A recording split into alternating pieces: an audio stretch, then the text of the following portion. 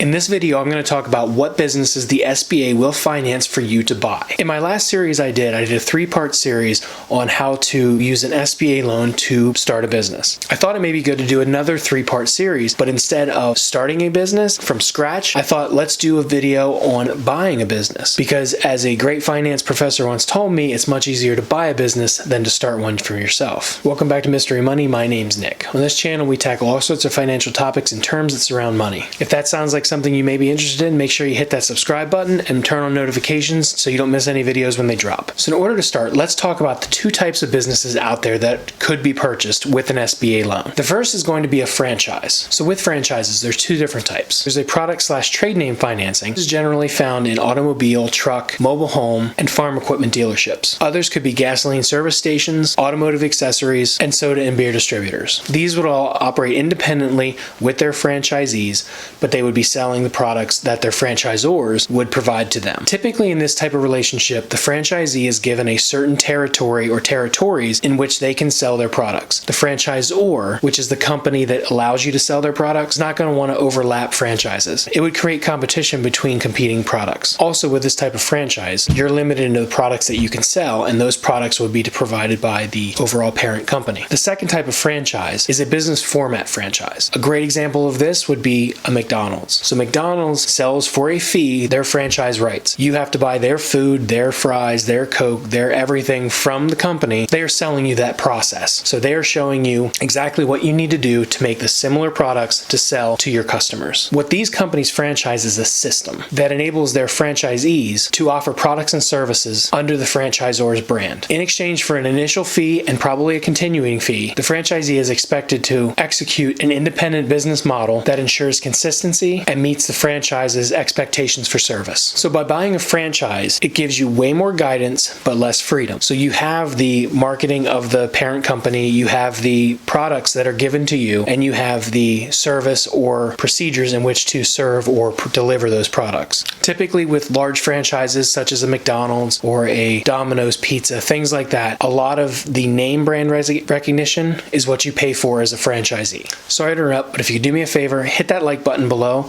so YouTube will share this video out and possibly help other entrepreneurs who may be looking to buy a business. So the second type would be to buy a traditional business. This could be a incorporation, could be an LLC, it could be a sole proprietor. So with that, you get much more freedom and flexibility, but you get less guidance. In fact, most of the time you get no guidance. When it comes to the SBA, there's very certain stipulations that you have to follow for each one of these examples. If you are going to purchase a franchise or buy into a franchise, one, they have to be on the approved franchise list, which I'll link below. Two, they have to follow certain criteria that allows them to be financeable by the SBA. There's documentation on a franchise that I'll go into in part 2 that tells exactly what documentation you're going to have to obtain from the franchise in order to get an SBA loan. Now, with buying an existing business, more than likely you'll have complete control, but you'll have less guidance. So no one there to tell you how to run the business once the owner leaves. There's stipulations with buying a business that you'll have to abide by also with the SBA. Those I'll go into in a later part. Typically, those owners in any capacity cannot stay longer than 12 months. So you will have 12 months that the owner can stay there and guide you in the process and what they believe and help you running the business. But when they leave, the training wheels are gone and it's now your business to run. So a couple things you want to think about before you go down the avenue of buying a business. You're going to want to quantify your investment. Look at your financial picture and see how much you're willing to spend on a business or how much you're able to spend on a business. As I've said before, you can use the SBA as a lever.